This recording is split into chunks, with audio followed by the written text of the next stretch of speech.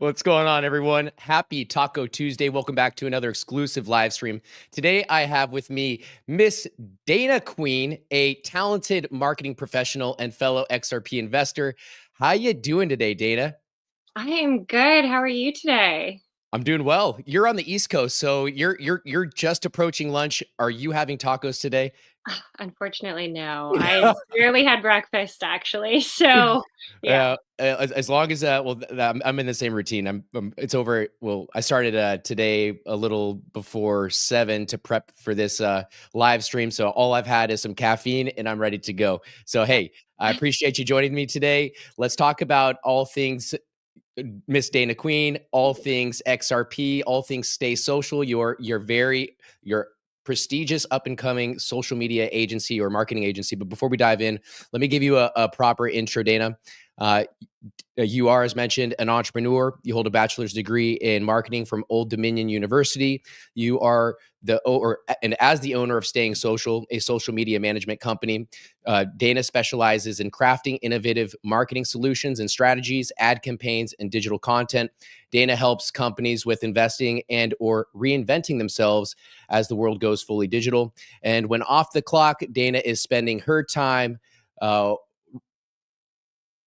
learning about and investing in alternative investments like the digital assets, specifically XRP. So this is going to be an exciting discussion that will benefit many of you, business professionals tuning in and like-minded investors. So how'd I do, Dana? All right? I think you did great. Yeah, thank you. You're too kind. Just thank you so much. I appreciate it. Was there anything that I failed to miss? Or, actually, I didn't mention as far as how we actually know each other. And let me bring your pops up to screen here. Please do. I had the opportunity of meeting your father actually at There he multiple is. multiple occasions. Mr. Stan Queen, the man, the myth, the legend. True. He flew all the way over from the East Coast to the West Coast for an event that I co-hosted with Link2, my former employer. So that's why you see on screen Fred Rispoli, Linda P. Jones. So your dad is in the room with all of I'd say the heavy hitters in the XRP community. And then I've also had the pleasure, let's see if I can bring it up here. I've had the opportunity of interviewing him at the Oh, Quantum I Summit. love Yeah, that. he's such a good guy. And then we ended the interview with a really heartfelt hug because he's just a really good person, and it's been a pleasure just tacking along throughout this community alongside him, and now you. This is a pretty cool opportunity. So thank you for joining me, and tell your dad thank you for connecting the dots. Oh, thank you for having me. Yeah, absolutely. He's a gem. I love him so much. Yeah, absolutely. Well, hey, let's dive in, Dana, because I do have to cut this short. I got to hop to another live stream that I'm supporting with Jason Cousins, the CEO of Glint, and Andy Scheckman and Miles Franklin. They're going to be interviewing the team at Elliott Wave, so this is going to be that'll be an interesting production. But Yeah. anyways, can you talk about your journey in marketing and entrepreneurship and how you became the owner of Staying Social? Yes. Okay. So I actually started my business during COVID. Oddly enough, I was doing marketing for a few years prior, as well as some modeling. And There you because go. There's the modeling shot. oh, yeah, perfect. And actually, that was from a magazine that I was in for my company. But yeah, the journey because of COVID, I lost my marketing job. Of course, all the modeling gigs were done, and so I was like, I need to figure this out, and nobody was hiring. So I was like, you know what? I know what I'm doing. I'm just going to do it myself, and I started that up in October of 2020 and just kind of kept going. So yeah. Congratulations. So this is you've been at this for 4 basically years. since the XRP lawsuit. Yeah, yeah, odd timing, but yes, that is true. Oh Mhm. man, what a ride it's been. Being the fact that you've been at the helm of of Stay Social, Yeah. was there anything that you've learned throughout these past 4 years that you'd be willing to share with other entrepreneurs and business owners that are tuning in? Um, yeah, I guess when it comes to like my space of work, so like I focus predominantly on social media marketing, but also the branding aspect of a business. So we really help a brand kind of find their identity, build upon that, and properly market themselves. So with that, there's certainly like steps that are necessary or like that you should have in place, which it really starts with a brand, like a set brand identity. Mm. From there, you can really start building out your website. Then, of course, like your social media platforms, SEO, all of the things. I always tell people you need the trifecta, which is ads, SEO, and social media, because they all talk to each other. So it's really important to have that. Well said. And I hope you don't mind. I did a little bit of some recon last night, trying I to get some see that. screen grabs of your socials and Yeah, websites. So hopefully this all comes together and helps articulate exactly why. Well, one, why you're on the call, why you're a professional, and why you're the perfect leader at the helm of Stay Social, and hopefully a partner of mine as well as we tack along through this entrepreneurial journey of ours. Let's talk about this. So, what inspired you to start your own brand, Dana? I mean, this is it's a bold feat and a 24/7 yep, 365 all the task. time. Hmm. Yes, all the time, no days off.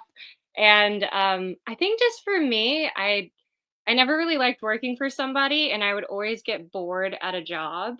So for me being able to really like set my hours, do things the way that I want and also still getting that kind of like difference of working with so many different types of businesses, that's really kept me engaged. I find this to be extremely enjoyable as well as actually learning about it more and more. So I get to learn about so many different types of businesses and it's great and it keeps me engaged and yeah, it's kind of a passion project, but it's also, lucrative. So it's great. Hey, if you can get your passions to intersect or your love play to intersect with work, then you're winning, and more power to you. So there's nothing wrong with starting a passion project, because you never know what that develops into. So congratulations, keep it going, and Thank you. continue taking that one step in front of the next. Uh, Now, on your pursuit of passion, Mhm. because as mentioned, it's a serious grind. What inspires you? What keeps you going? Because it's, as mentioned, it could be a lonely journey. It could be Yeah. tiresome. It could be colorful and rewarding. So I mean, Yeah. so it's not always dark and grim, of course. Right, right. What keeps you inspired and hustling? I mean, honestly, it's just like I want to win. I guess like I just want to be like the best doing what I do. Like I want to be the best at what I do and also just continually excelling. Of course, like God is a big factor in that for me. Just always doing my best. But yeah, I think it's just that's a good question. I never really think about like why am I getting up and doing it? Like I want to do it. Like I just do it. But yeah, I don't know if that answers your question, but Oh, well, yeah, I mean, it could be a lot of reasons. You have specific goals, short term, long term, or you just have your dad behind you, well, yelling in your ears, saying, "Go, go, no. honey, go! And you know what? You're coming with me to the XRP Las Vegas conference." Sure. No, I will say he certainly instilled a great work ethic in me. Even like as a kid, I remember just seeing him working. Like he was always on his computer. Like before I went to bed, when I woke up, I'd see him on the computer, like working because he was in full time school, working a full time job. And I'm like, you just got to grind it out. Like that's what you have to do if you want to get where you want to be. Like just keep going and like get it done. So yeah. It's very well framed. I mean, do you think your dad just ended up in a room at the Ritz Carlton in Southern California just by Accident. twiddling his thumbs? And so I feel like nothing great comes easy, and if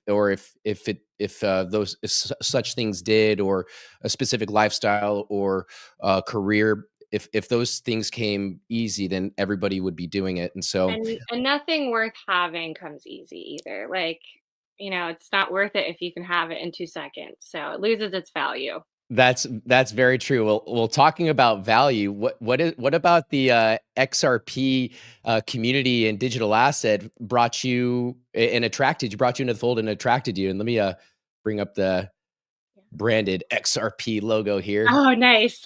Quick shout out, quick plug.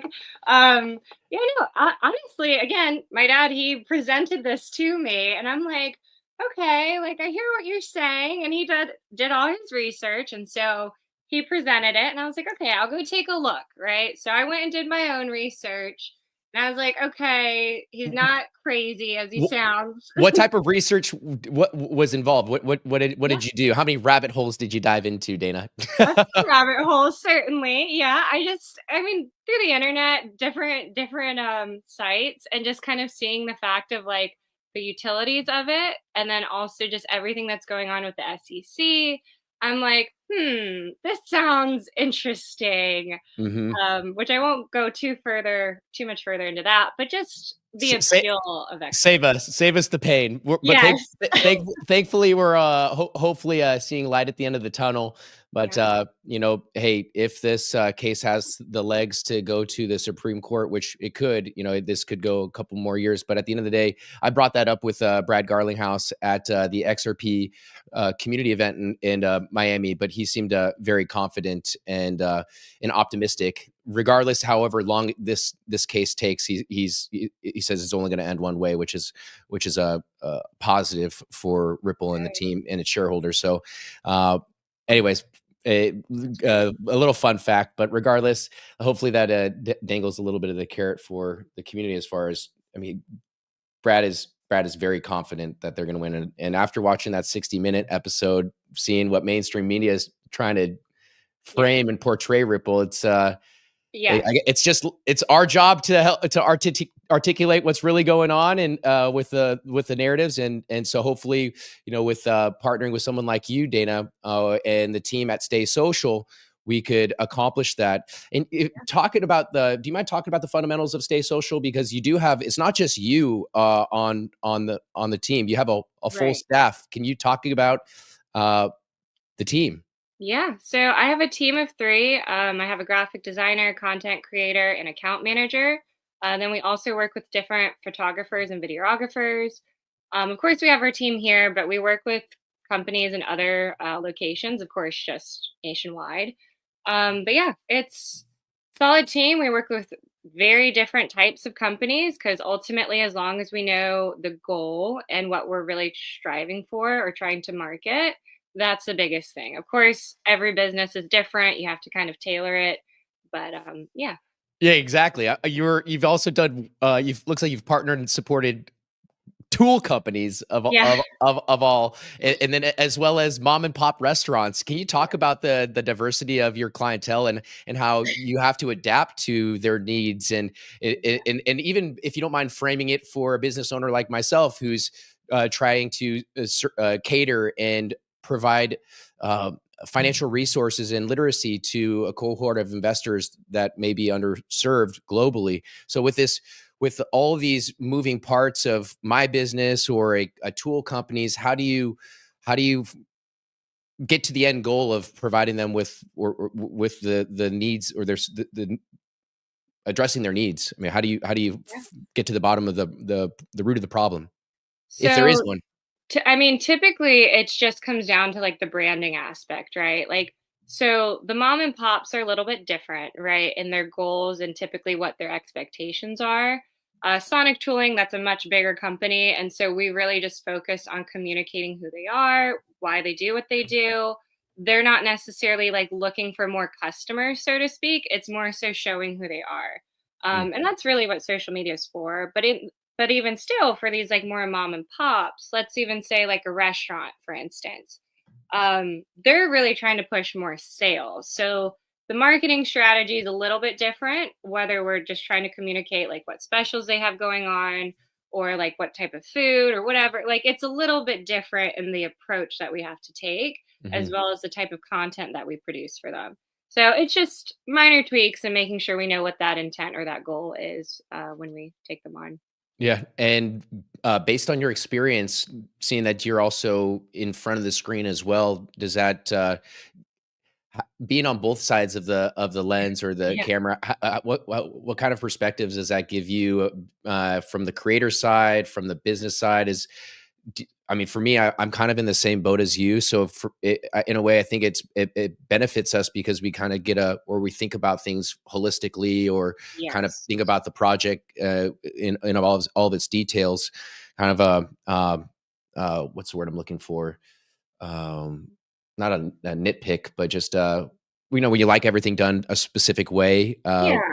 Yeah, Not a like control freak, but what's the word I'm looking for? There's a very particular particular. There we go. maybe. Sure. Yeah. Yeah, that's what I like to say. I want to win too, Dana. That's right. We're gonna win together, Ray. Okay, we're gonna get this together. Um, but yeah, I guess it is helpful being that I've been on both sides of the lens. Because to your point, it's like I know what to look for, and I know if it looks wrong, or like I know what it should look like. Mm, And even like we have a skincare brand that we work with, and we'll have to use like models for that. And so I know like kind of like what to kind of tell the model and how to pose and like, hey, this is what we want to see because like I've filled that role before, and then now I'm on this side. I'm like, okay, we need to capture it from this angle, or just like different things like that that really come in handy, I guess.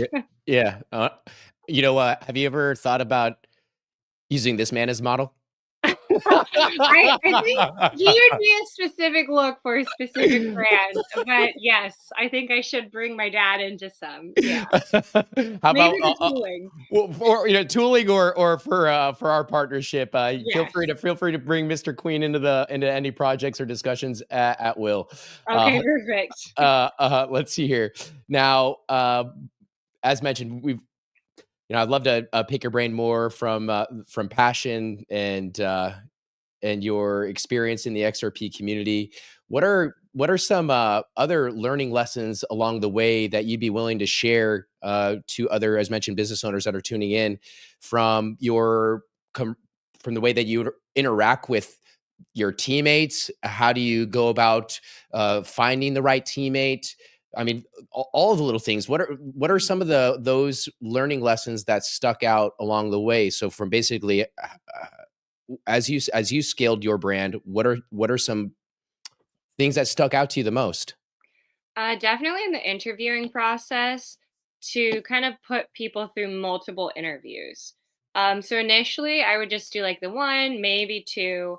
Now I require three. And I start with a phone call, then I do a video call, and then an in person interview. Because if they're not willing to go through those three interviews, then they don't really want the job. That shows a lot of intention, I think. And then also just making sure you're asking the right questions. Mm. That plays a big factor as well. Really getting to see their work ethic and how also you interact with them, because it is a lot of relationship kind of aspects or like managing people. And so you really have to make sure that you work well together, not just they can do the job.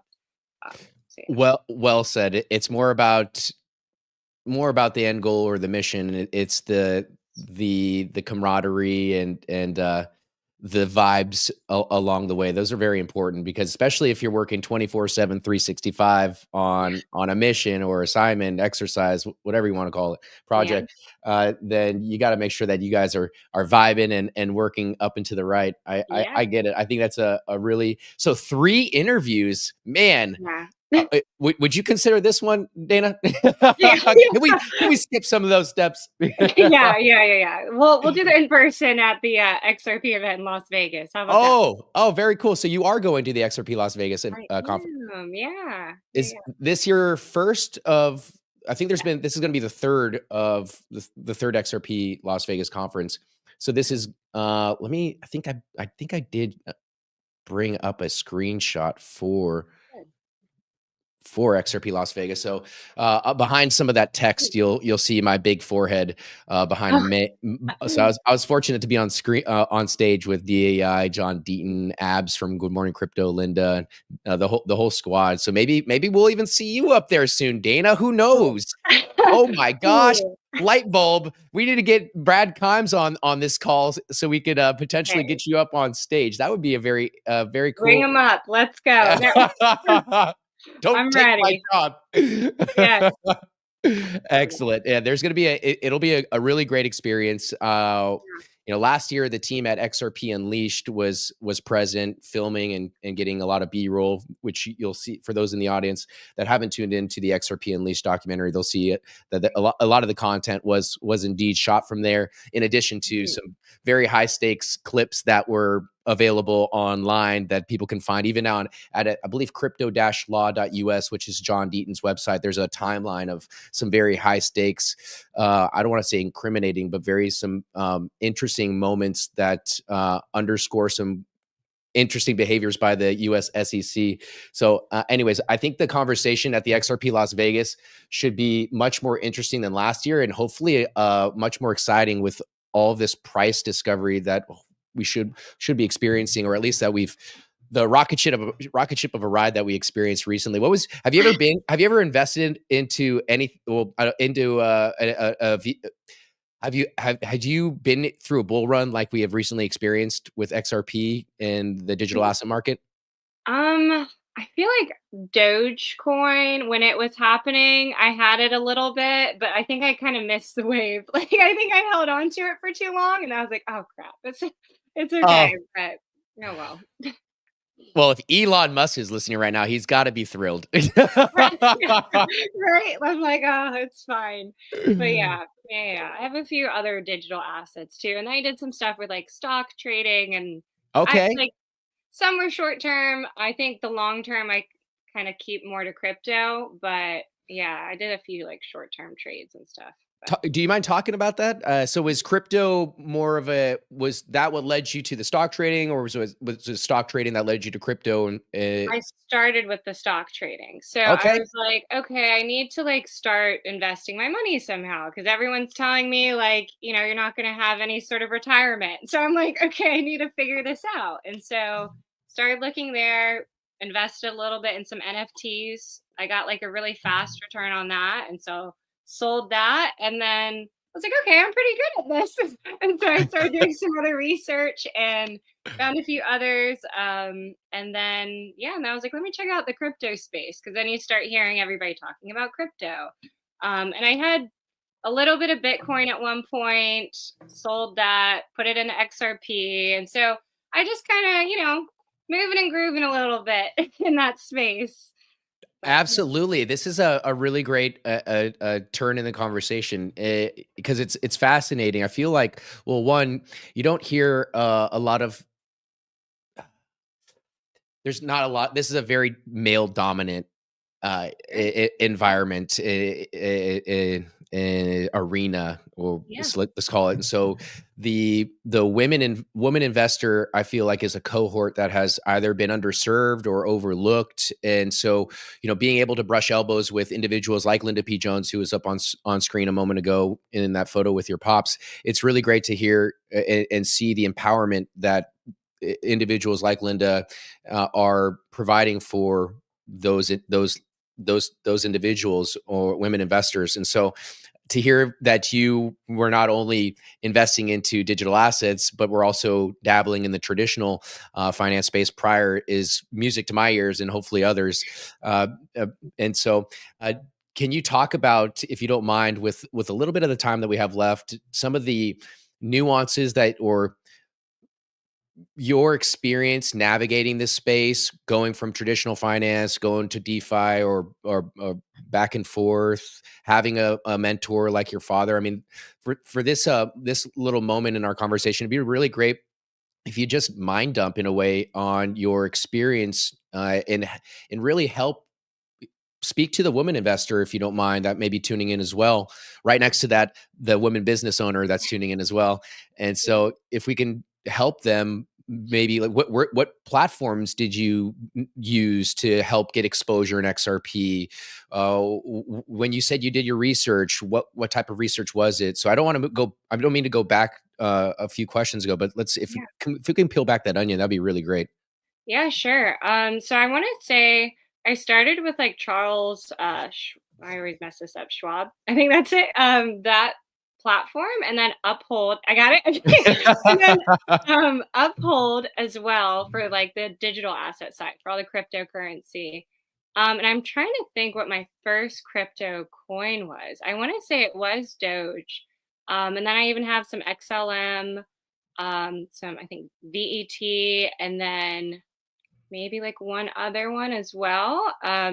But ultimately, it was just a lot of like exploration, right? A little bit of trial and error, and then I would go online and check different like kind of stock market insiders, like websites, and just kind of check the return rate on certain things or the expected increase. Like I'm just kind of monitoring, and it's kind of a guessing game within some way of just trying to figure out the best way to move within the space.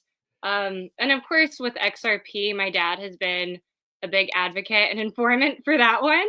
And so I have leaned on him a lot when it came to actually like understanding and kind of trusting his information on that, because I see the amount of digging that he does into the space and just like his level of involvement, where I'm like, I don't have the time to do all of that, but I certainly trust that you are getting all the best information, and he's a wise guy. So Oh, he's most definitely a wise guy. Here's another photo that I haven't shown yet, but oh, this is that's a nice photo. yeah, this is at the 180 Blue restaurant. It's a restaurant at the Ritz on the balcony that overlooks Nice. Salt Creek. And so here on it was Bill, a dear friend of mine, standing next to the chief strategy officer of Link2, that's Karim Narani, as well as some other investors. And so Randy Schumacher.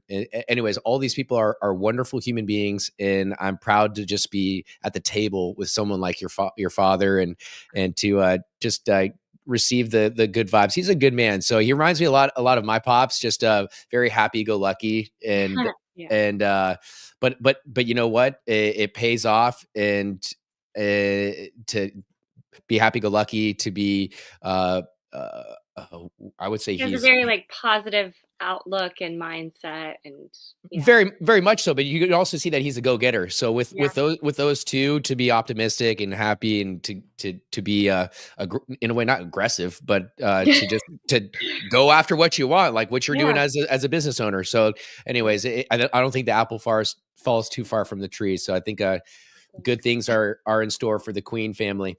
Uh, Anything that we haven't touched on, Dana, in regards to Say Social, that you think it would be wonderful to talk about right now? Uh, any industries that you're trying to focus on? Are you trying to also serve business owners in this emerging fintech sector? What is based on your recent endeavors? What are you trying to pursue for Stay Social? Yeah, so I think I'd like to kind of touch on just the services, the specific services that we offer, and then also like the type of client that we're after. Sure. So we offer the social media management marketing, and then we also offer website design slash branding, where we put together your brand guide, which really just outlines your logos, the color codes, all the things that you need to really Mhm. build upon your business and the brand. And then also photo and video work. We call it content and imagery, Mhm. and then social media training. So whether that's a one-on-one, or I have gone into classroom settings and done like a lecture type of teaching for like real estate agents or whoever, just so that they have the information and they can go do it on their own. So we offer those four services. And then the type of clients that we are after are predominantly kind of like that mid to high. We've had to kind of stray away from more of the mom and pop shops because they really just don't have the budget for the marketing. And so we're looking for companies that understand marketing, they understand that they need it, the value of it, and they have the budget for it.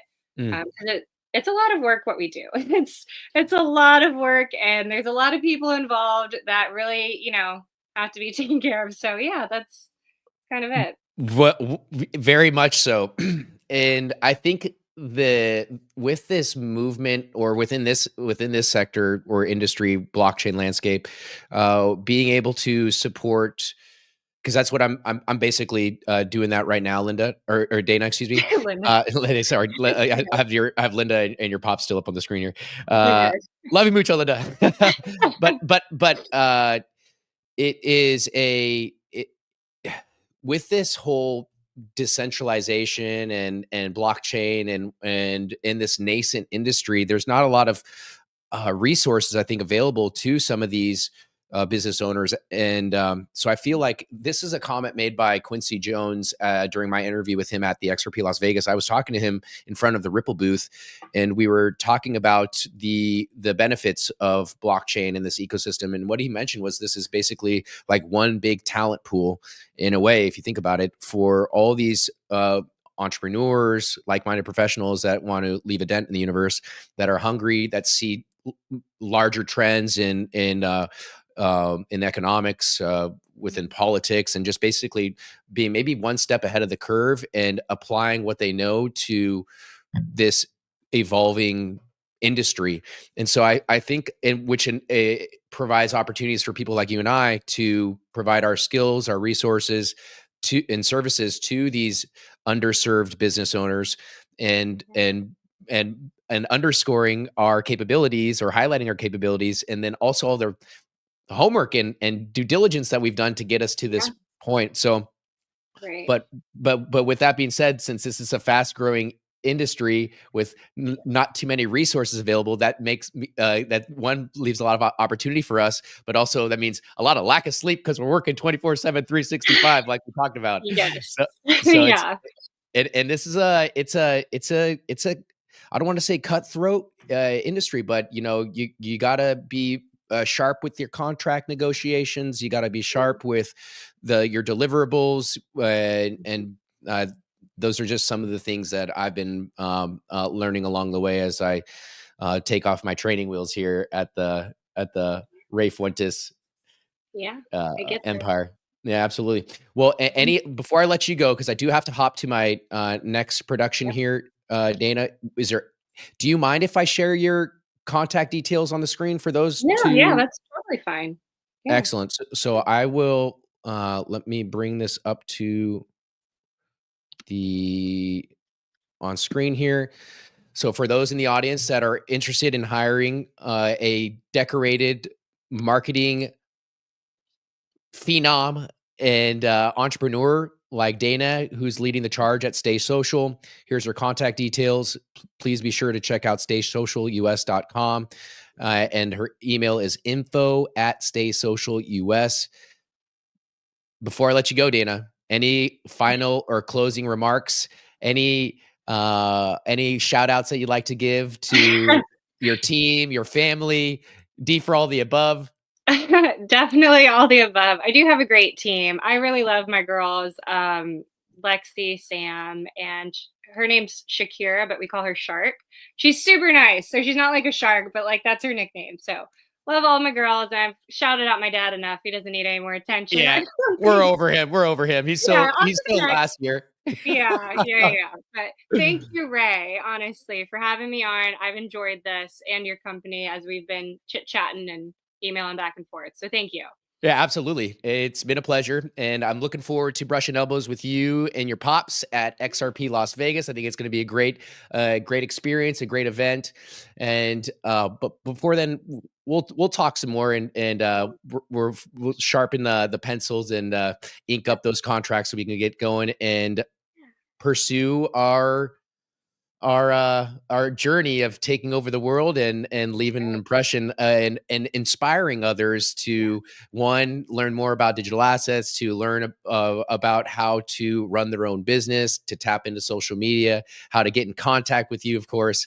So if there's anything else, be sure to let me know, reach out. I'll also copy your contact details in the description of the video below. But I appreciate you, Dana. I hope you have a great rest of your Taco Tuesday. You better go get some tacos. I All know. right? I know. Okay, now I have to. I'll go get some tacos. All right, sounds good. But anyways, hey, you have a great rest of your day, and tell your family I say hello. You too. Bye. See Say ya. bye-bye.